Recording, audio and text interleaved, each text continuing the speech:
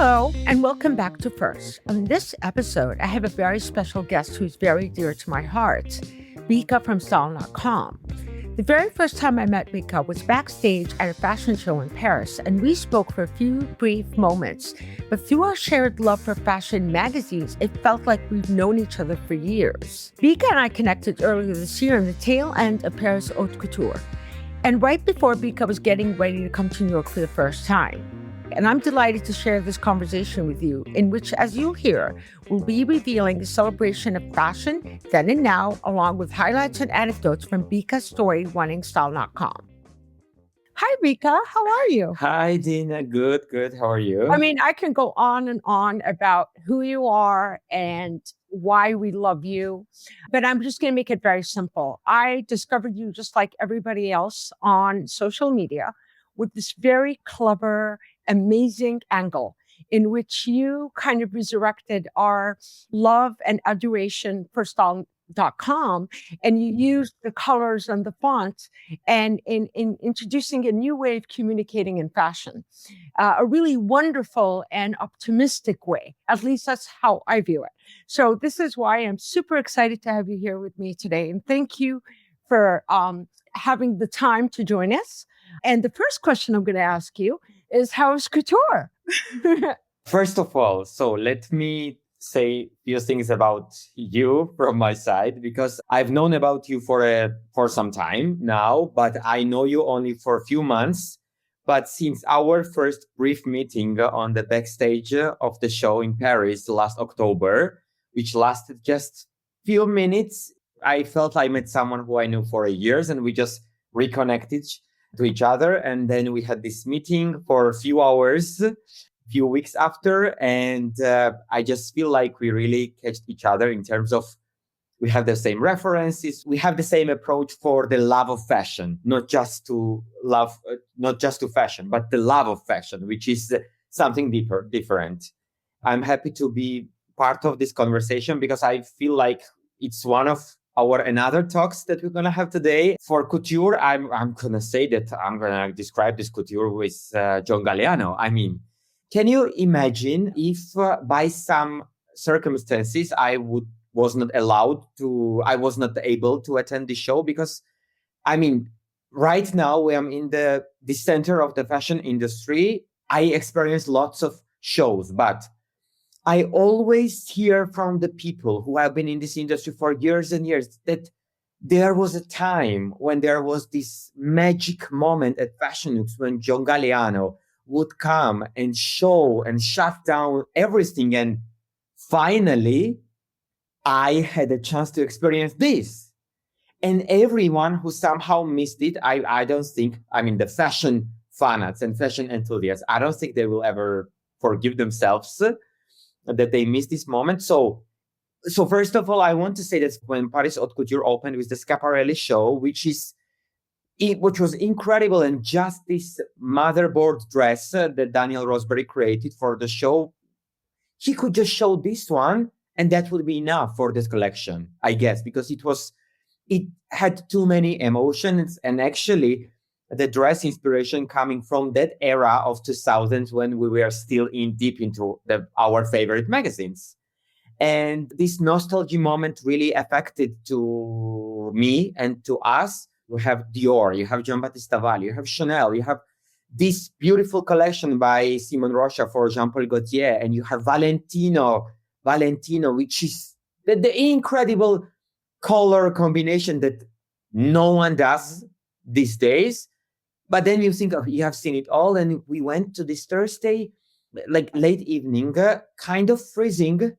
It's a last day, last show, and you know that it's Margiela, you know it's Galliano, but you're kind of also happy that it's the last show because you want to go home in a way. But how could you go home? Because we waited more than 1 hour, but it was the only show where no one complained about any single second. And then because we got this 30 minutes of lifetime experience that I hope it can repeat, but there is also the beauty that if it was only once, and if John decides not to do the same type of a show again, I'm happy that I was there. So That's my couture experience. It would be enough for you. Yes. Have you had a chance to attend the old Galliano shows? Yes. Yes, I had the privilege of attending not just Galliano for Dior, but also Galliano for himself. So even when it was ready to wear, it was quite magical.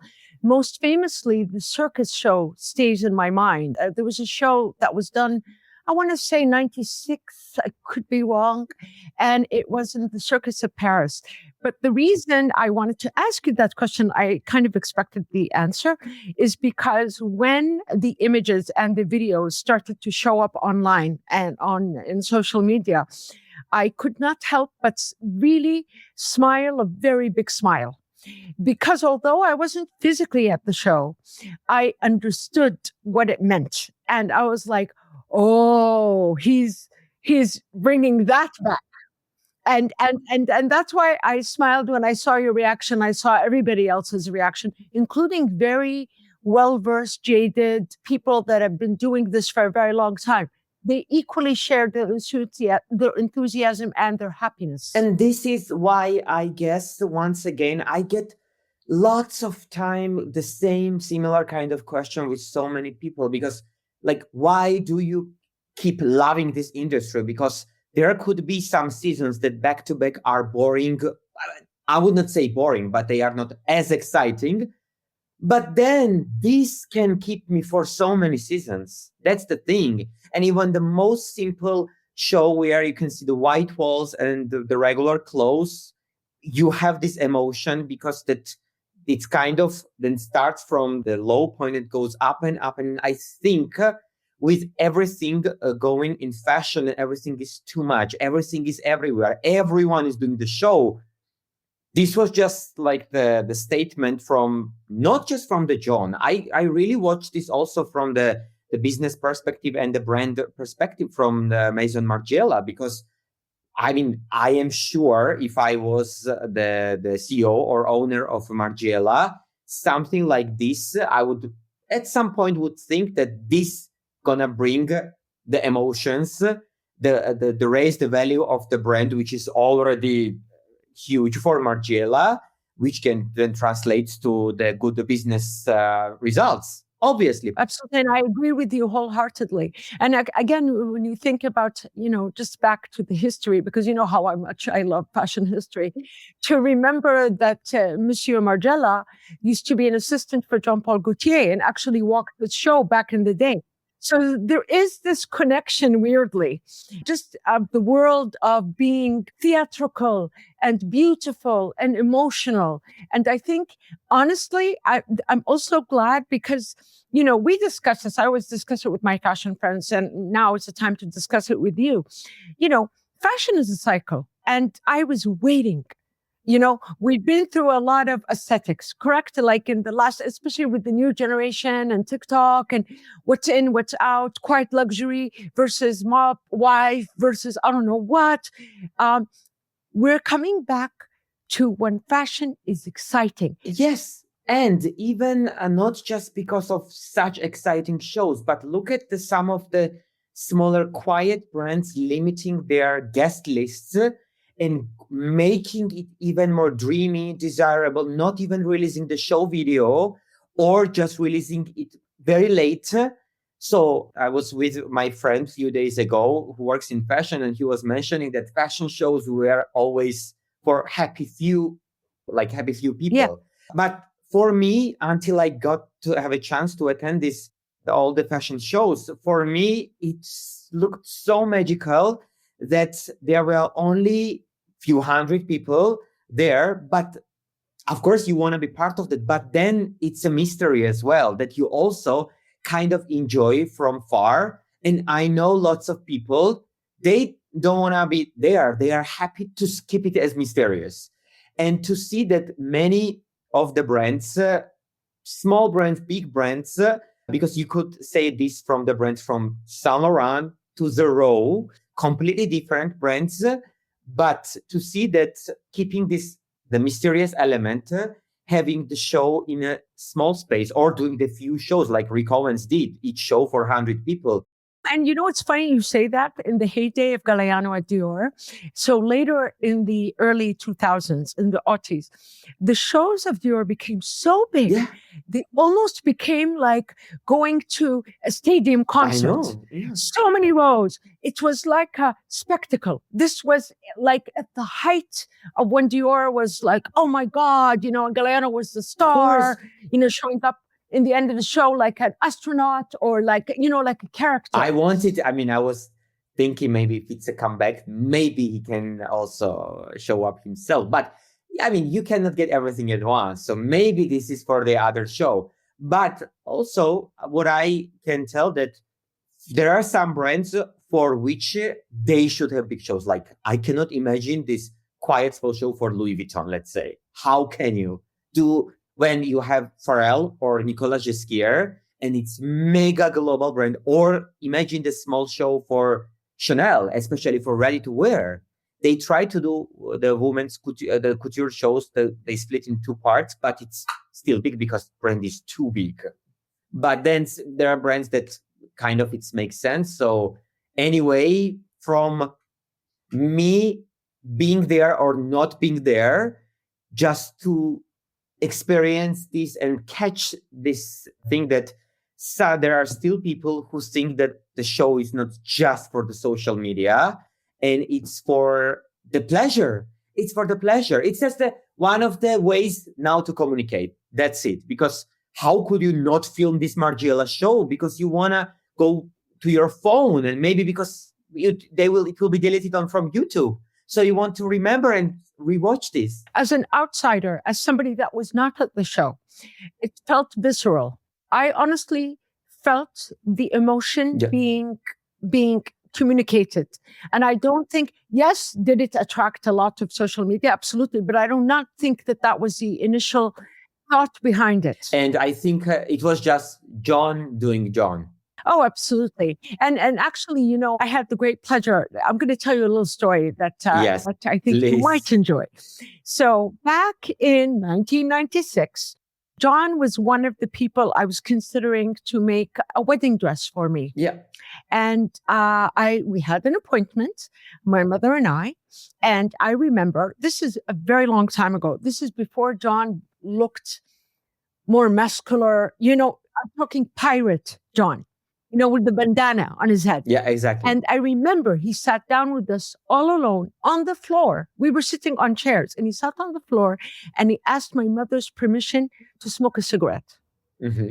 And we both were very touched because he was absolutely a normal person, a very humble person, just talking to me about, and I was young. So I just remember being taken aback by his kindness, his generosity, and his exchange of thoughts. And although I didn't end up with him as a designer, I still have the sketches. Oh, wow. You kept them. Yeah. Of course I kept them. Of course. I was deeply touched by just the raw talent and imagination in this gentleman at that time. And being normal at the same time in with human relationships. I was talking to one of my friends 2-3 days ago, and some of the biggest designers right now from the new generation, I mean, who will be the next future legends, some of them, yes, probably, they are the easiest ones to communicate with. I'll tell you a little secret in my experience. The more talented you are, the more assured you are, the less, less ego. Absolutely.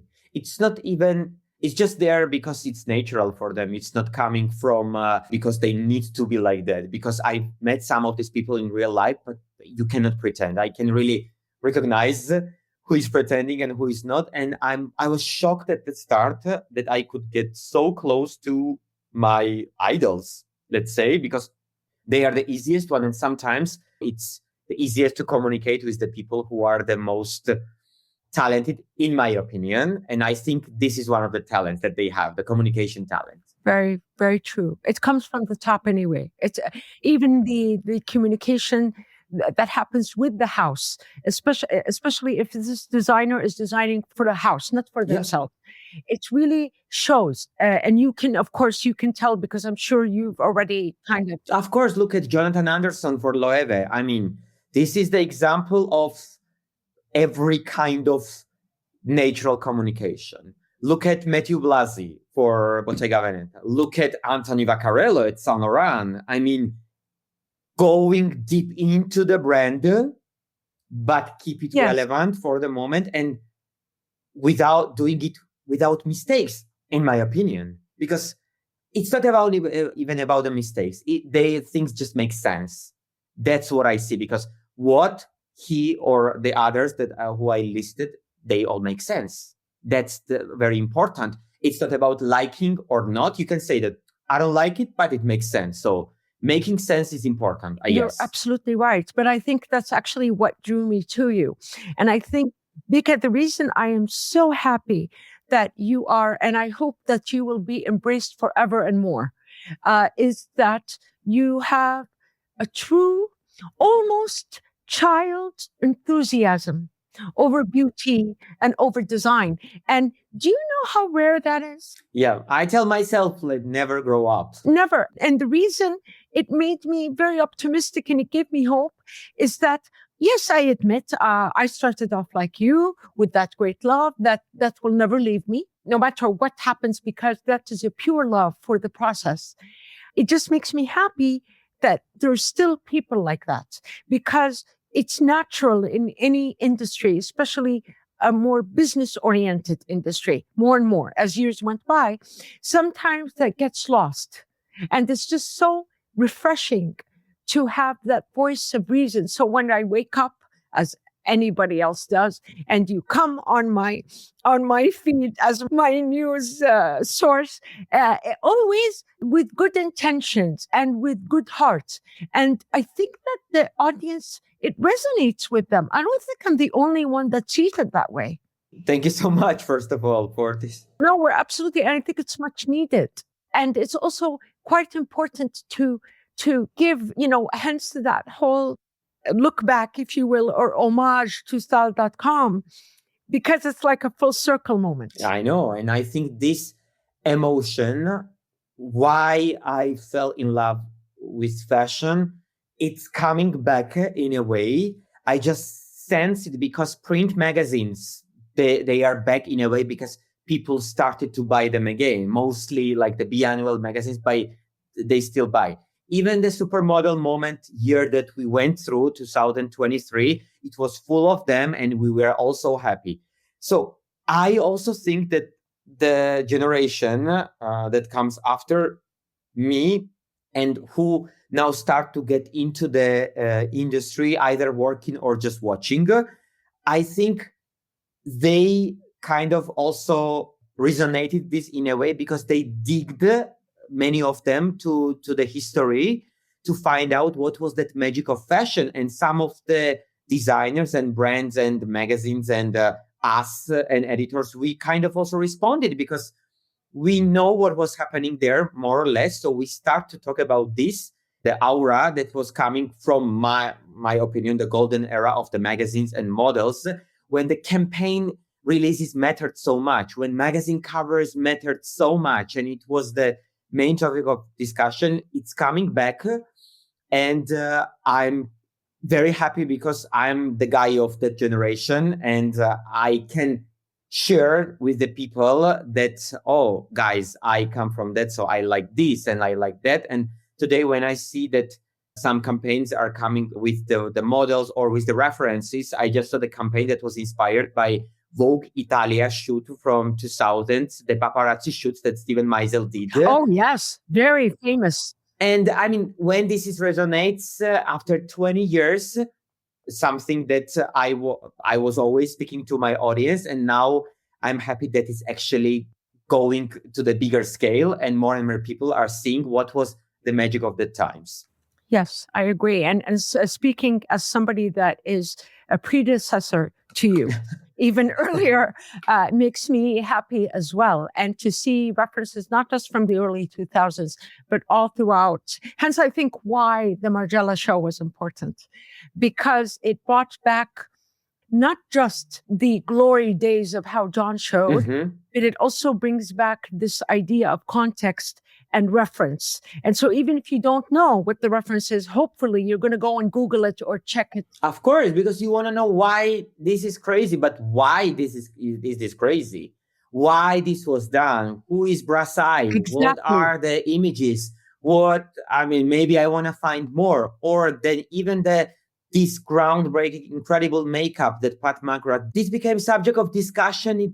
People started to research because until Pat posted, people came up with their millions of ideas. How can you recreate this?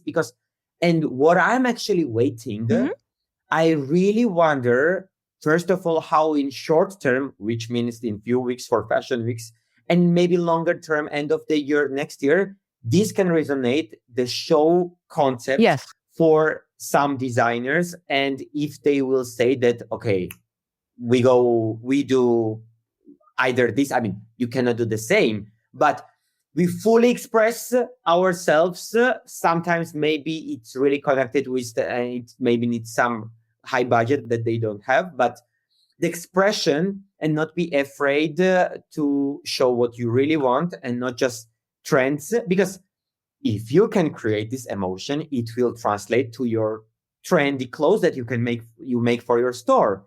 And these are how the biggest brands these days are built. So I think if someone is really building something bigger, really pushing, first of all, their emotions and expressing them and making us emotional, that's a story of success in many areas. Absolutely. It's actually the start of everything. So even the biggest houses, even the ones that are the most, that's actually how it initially started. It's by that emotion. Look at Comme des Garçons. Where are those clothes that we see in the store? Do we see them on the runway? Or the runway clothes, many of them, do we see on the store? Well, but we go because we want to be part of this universe, and we buy the Comme des Garçons shirt, which has stripes and something bit twisted, but it's Comme des Garçons and you are part of this universe. That's it. So how are you going to relax before Fashion Month, which is very close? Which is coming for me starting in a few days. And I'm really trying to relax. Last night was the first night when I actually tried to watch something that is not fashion.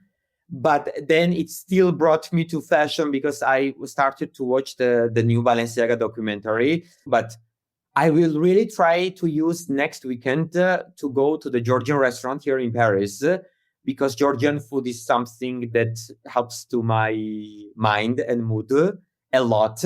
I'm always thinking what to eat next.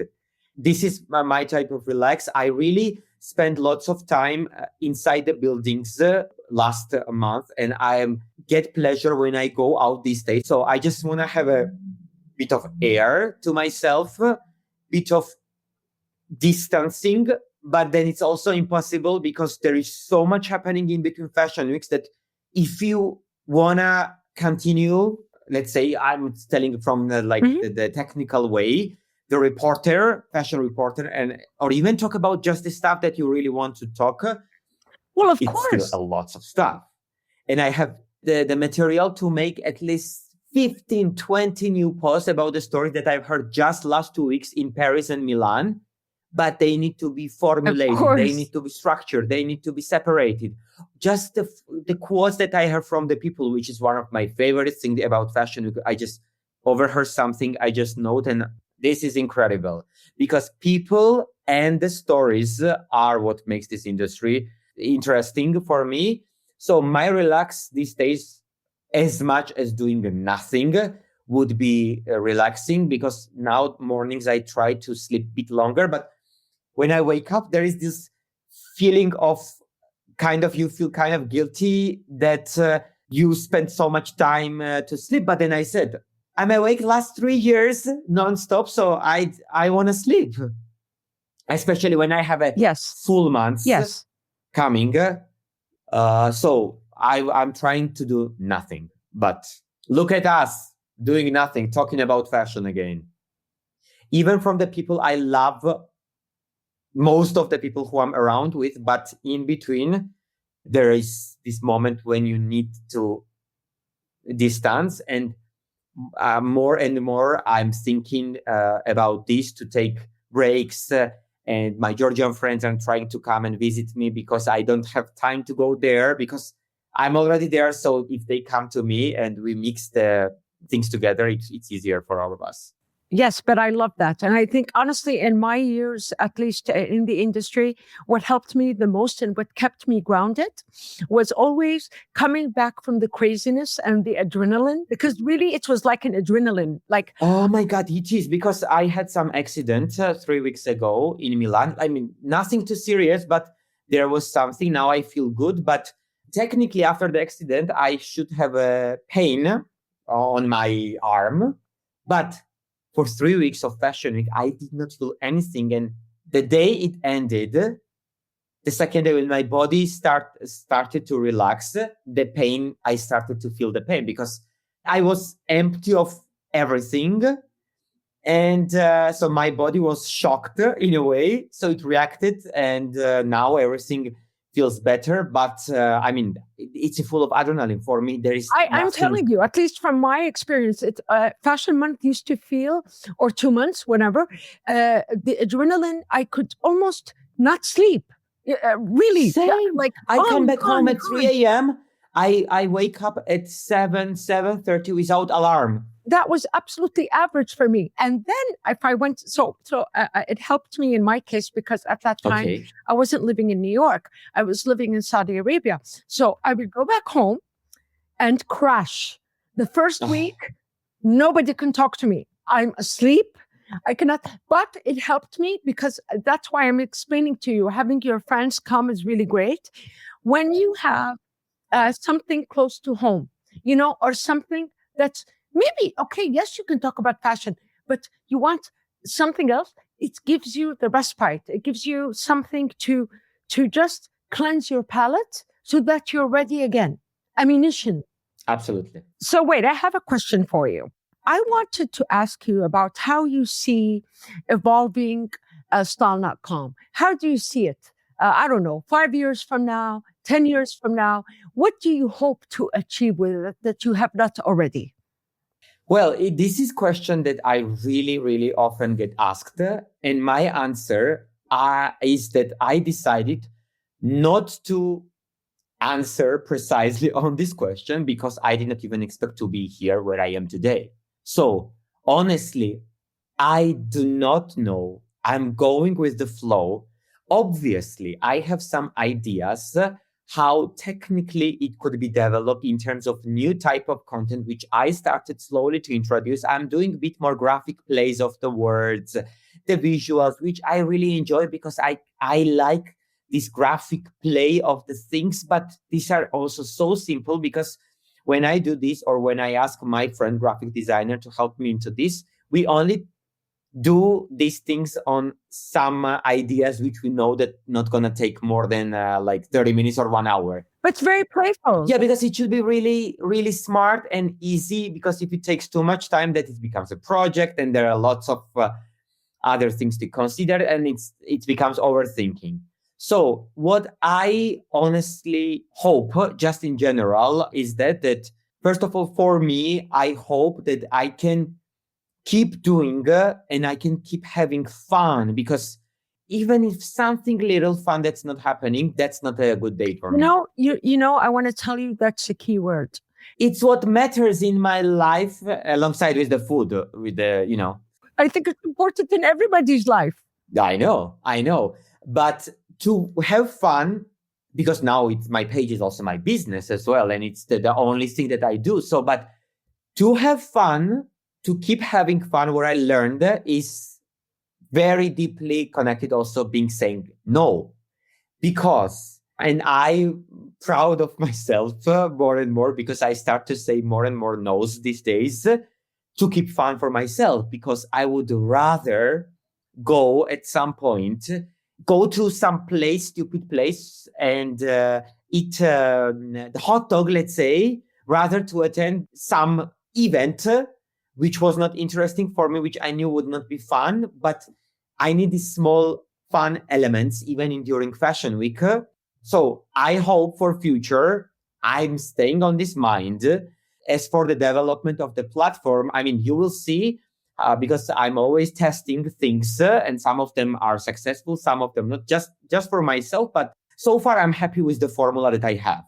But when I will start not being happy at some point, I will change something, but the deep base of it, the love of fashion and excitement of fashion, I hope I can keep it. You know what? I'm telling you, just from my point of view, that's not something that leaves you, Bika. And that's why I hope it stays.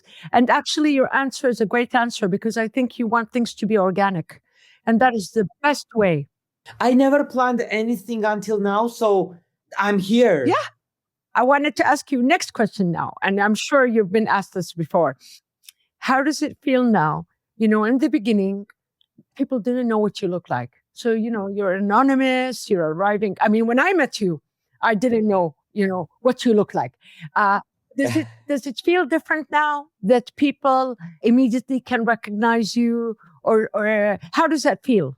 It feels a bit different, but only in terms that I'm not the guy who loves to be photographed, who loves to be watched, because sometimes it just gives like additional pressure. Even when you walk in the street and street style photographers just take your pictures without asking to you, but you feel it. That I feel like sometimes that, I mean, I don't know how to behave in a way. But and every time I go to the event and there is all the picture asked to take the picture, I always feel a bit uncomfortable on that. But my cap reveals me these days, so I honestly cannot hide this. But what is crazy these days, I discovered that a few times I went outside in the streets of Paris and few people stopped me, people who are my followers, because they somewhere saw my face and I was not wearing my cap, and they stopped me. And these are the moments I have two types of feelings. The time one is like, oh my God. So I was like, how did they recognize me? And second is the pleasure, because they are so kind and sweet to me, because these are the people who made my platform what it is. They are my followers from the start, and they all remember when they started to follow me.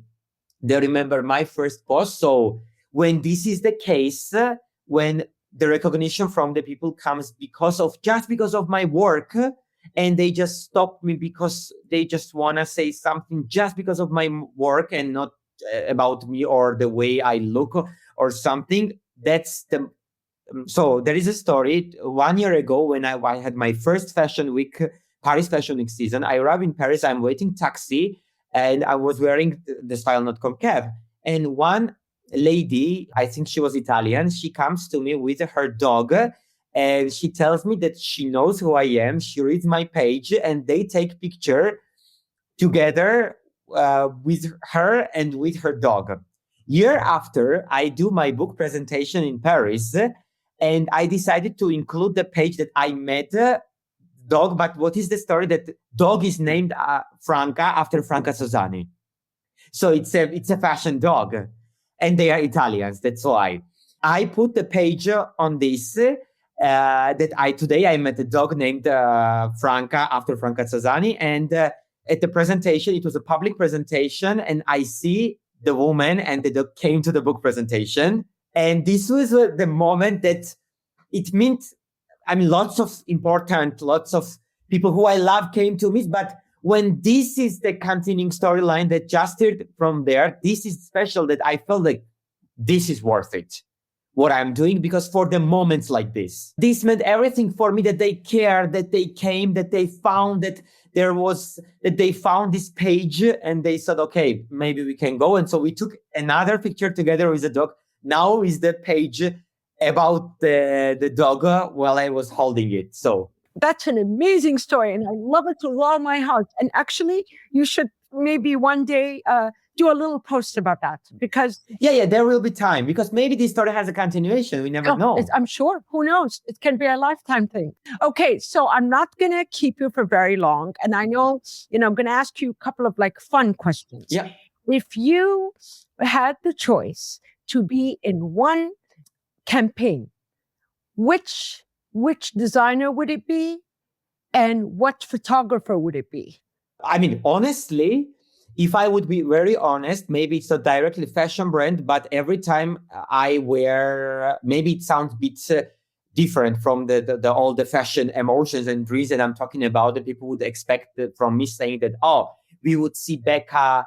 I mean, probably he would say something like major. Would it be a Saint Laurent or would it be something like that? But actually, where I can envision myself or something of myself, it's the campaign of Birkenstock because that's what I wear every time, every day, because I love comfort. And these days I realize that I need comfort, especially when you're running around. And some people are always joking that, oh my God, I have lots of colors of the variation of Birkenstock. So if one day they will do something connected with the people who are technically not directly their ambassadors because of just wearing of them, this would make so much sense. Or Uniqlo. I mean, one of the most genius brands ever. Agreed. Today, I went to shopping to Uniqlo to buy my full year, like the usual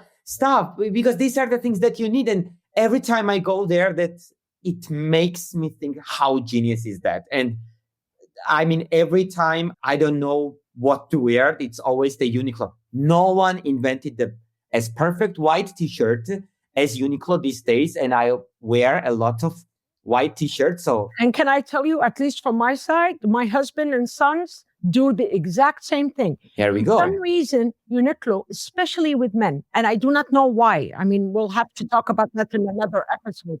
Absolutely. This is something, and if you can style it with little bit some of your touch, but I would not see my face, but I would see feeling about me.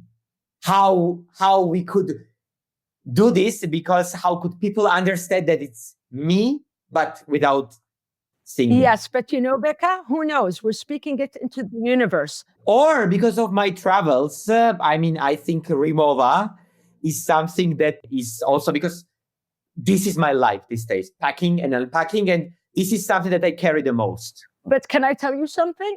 As a consumer and an observer, I would be the first customer to buy a Birkenstock in cobalt, a Rimowa bag in cobalt, well, and some Uniqlo pieces by you. So I think it should be done. Well, this just comes from your question, because honestly, I told you the brands that are part of my daily lifestyle, and because I did not start to reinvent something, because every day what I wear, and now I'm talking to you, I'm wearing Birkenstocks, and this is Uniqlo shirt. So I think this says all. And voila. No, it's actually perfect. And I love that. I love that aspect. It just shows why hopefully my original thoughts and instincts about you were absolutely correct. This is not snobism. This is love of fashion, love of beauty, but also your life. Mm-hmm. In the end of the day, it's a part of what you do every day. So I love this answer. Okay, so I honestly, thank you, Becca. That was amazing. I have lots of, I can spend talking with you the minutes and hours, and it will just go from the topics to the other topics and the stories that some of them I know. And one day I told you that I hope this becomes a book. You know what? Maybe one day we'll do it together. Well, why not? It would be, for me, first of all, discovery of so many incredible stories that I still yet have to hear from you. Maybe, but hold on. Some of them are not printable. I'm telling you right now. I'm sure. But this is just for the mind, because, as someone said for me these days, someone joked about me that my value these days is that I kind of gained the trust in the industry, and I became valued not for the stories that I tell, but for the story that I don't tell. Yes, exactly. No, here's the thing. I'm going to make you a promise here, right here. There will be a time when I will come, especially for you, wherever you may be in the world, and we will spend at least a week just relaxing and eating and talking about wonderful things. Absolutely, and I'm ready because I mean, I after I met you, I told to a few people. I said, like, do you know Dina? Do you know about Dina? Do you know stories that she? And some people said that we know she's someone who carries all these stories, and I really, really hope that one day, with me, without me, it's end up. I just want to read all of this, or at least hear. Well, as we say in Arabic, inshallah, they say that a lot in Paris, by the way. Yes. And it will happen. But thank you so much for your time. And thank you again for being a part of this. Thank you very much. So this has been First by Dina. I hope you enjoyed this episode as much as I have. It was quite insightful. And I look forward to being with you again. Goodbye.